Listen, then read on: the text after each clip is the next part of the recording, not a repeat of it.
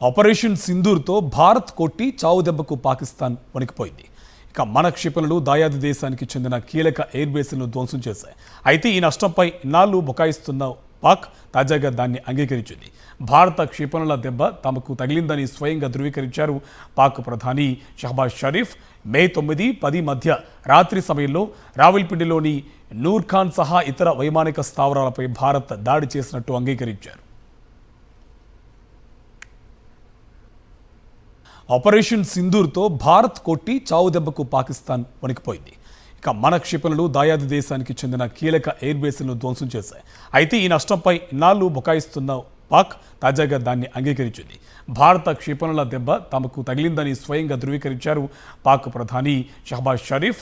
మే 9, 10 మధ్య రాత్రి సమయంలో రావల్పిండిలోని నూర్ ఖాన్ సహా ఇతర వైమానిక స్థావరాలపై భారత్ దాడి చేసినట్టు అంగీకరించారు.